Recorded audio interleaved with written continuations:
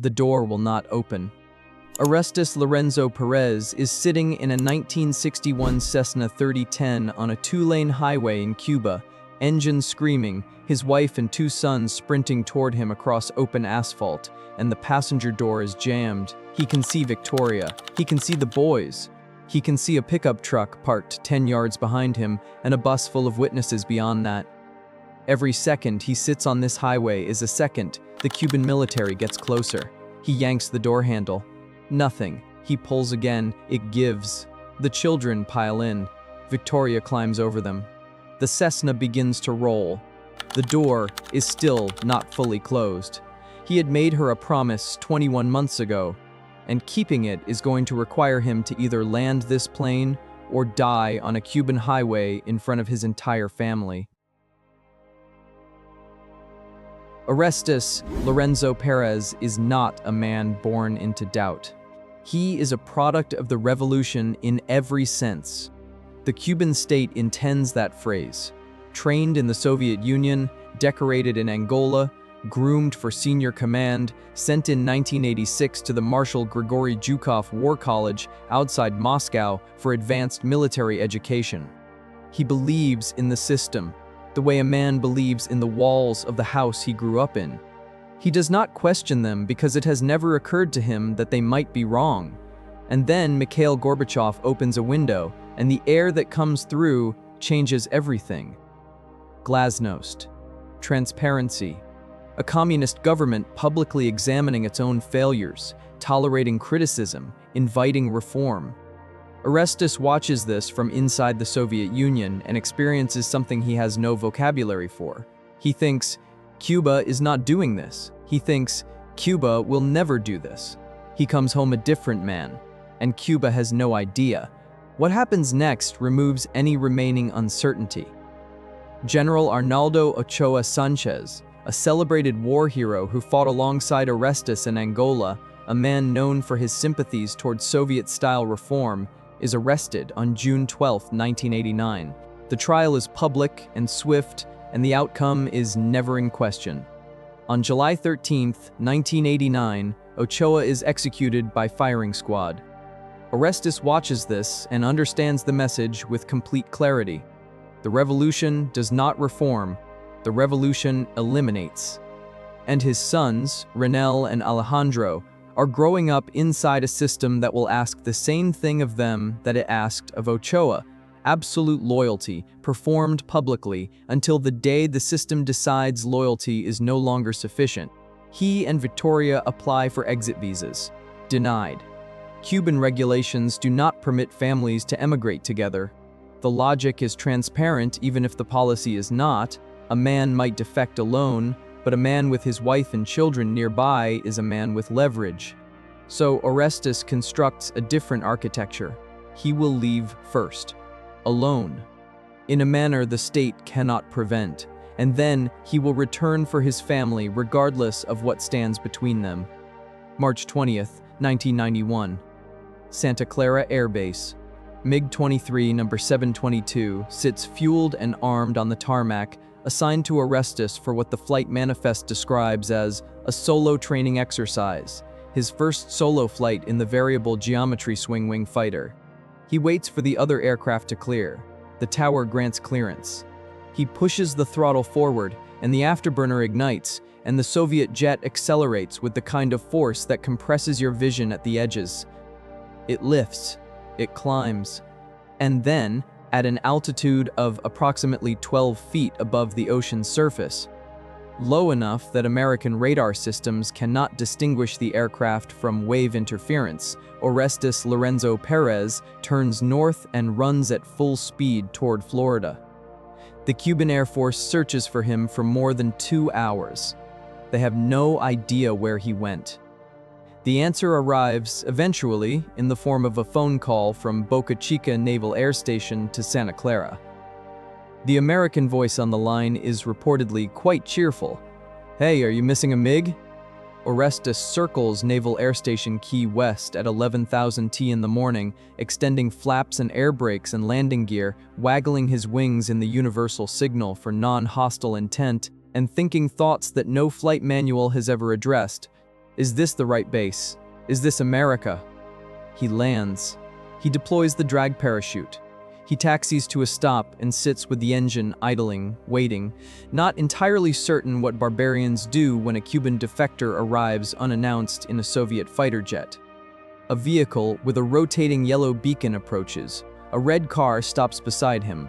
2 United States Navy personnel step out. Orestes climbs down from the cockpit, stands at attention, and delivers in Spanish, with very limited English, the sentence he has been rehearsing in his head for months. I am seeking political asylum. The American pilot extends his hand. Welcome to the United States. The MiG-23 is secured, examined, photographed extensively by personnel who have spent careers wanting exactly this opportunity, and then returned to Cuban representatives on March 29, 1991, as a diplomatic resolution. Orestes is flown to Washington, briefed, processed, granted asylum. He settles into an apartment in Alexandria, Virginia, and discovers that freedom, after a lifetime of ideological architecture designed to make it seem dangerous, is intoxicating in a way he was not prepared for. He can speak freely, move freely, think freely. His thoughts are constantly with Victoria, with Renel, with Alejandro. Back in Havana, the Cuban government makes Victoria an offer, a new home, a car, a telephone installed in the apartment, a luxury so rare in Cuba that most citizens never own one, though Orestes later notes, with the kind of precision that comes from having thought about it for years, that the telephone made monitoring her calls significantly more convenient. All the government asks in return is simple. Appear on national television, look into the camera, call your husband a traitor. Victoria refuses. The government applies more pressure. Raúl Castro, Fidel's brother and head of the armed forces, summons her personally and tells her she will never leave Cuba, that she will forget her husband, that Orestes is already planning to marry another woman in America. Victoria does not break. She does not denounce him. She waits. In Virginia, Orestes launches a campaign of a different kind. He founds an organization called Parents for Freedom, framing his family's situation as a hostage crisis conducted by a government against its own citizens. He writes letters, hundreds of letters. Coretta Scott King writes to Fidel Castro.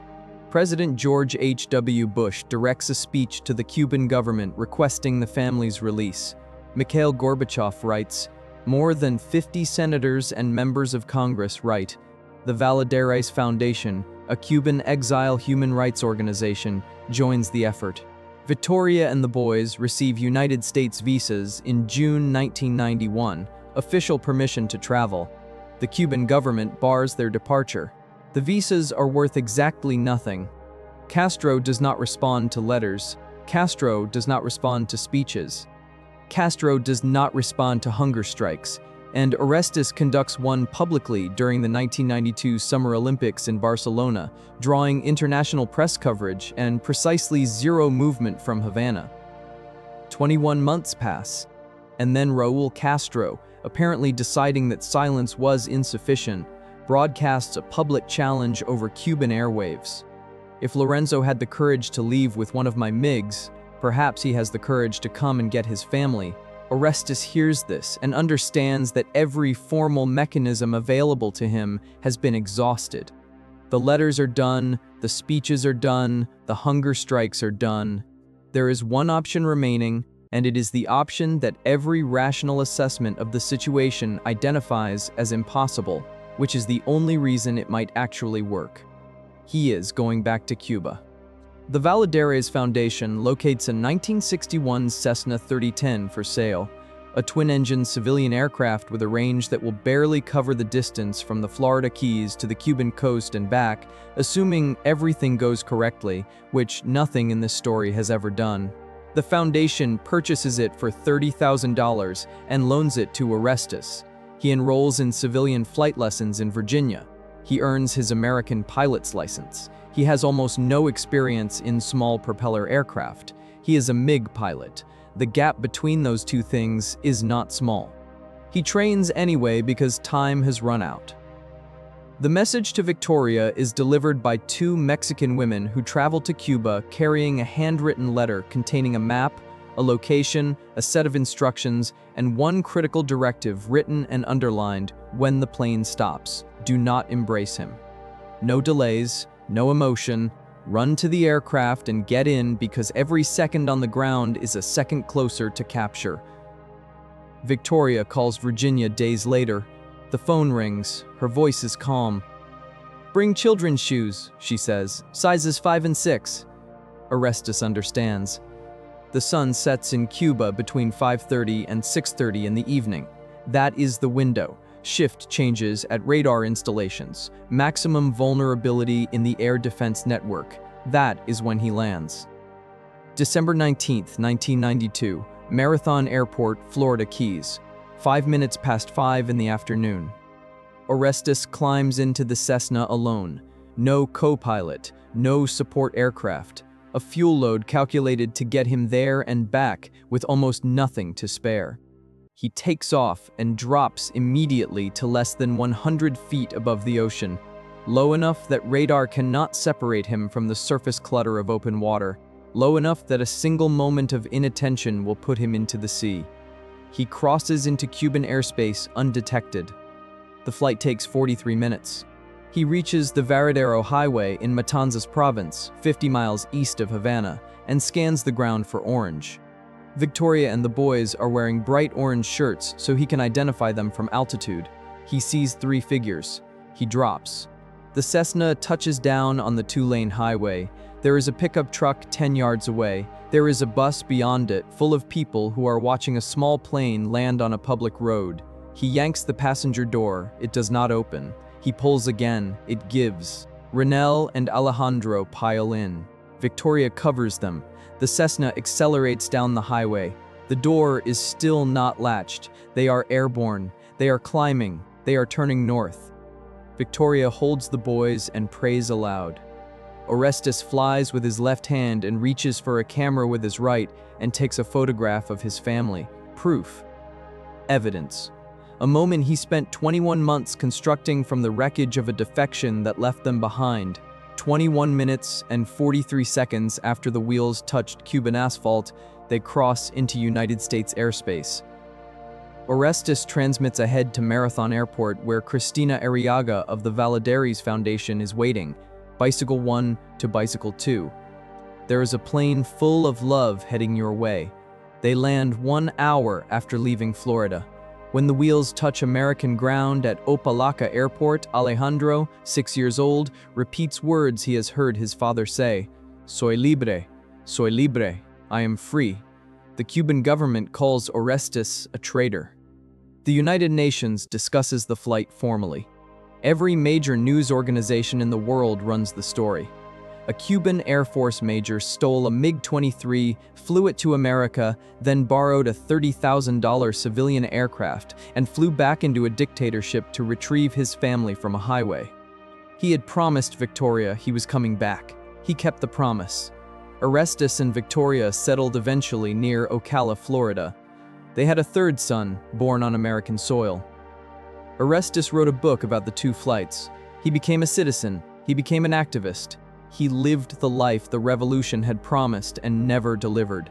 The MiG-23 he flew out of Santa Clara in 1991 was returned to Cuba 9 days after he landed it. Somewhere in Havana, in a file that has never been made public, there is almost certainly a document describing exactly how a decorated major managed to take off from a Cuban airbase, fly undetected to Florida, and leave his entire country's air defense network standing at a radar screen wondering what happened. That document has never surfaced. Probably it never will. Some governments prefer their embarrassments to remain classified.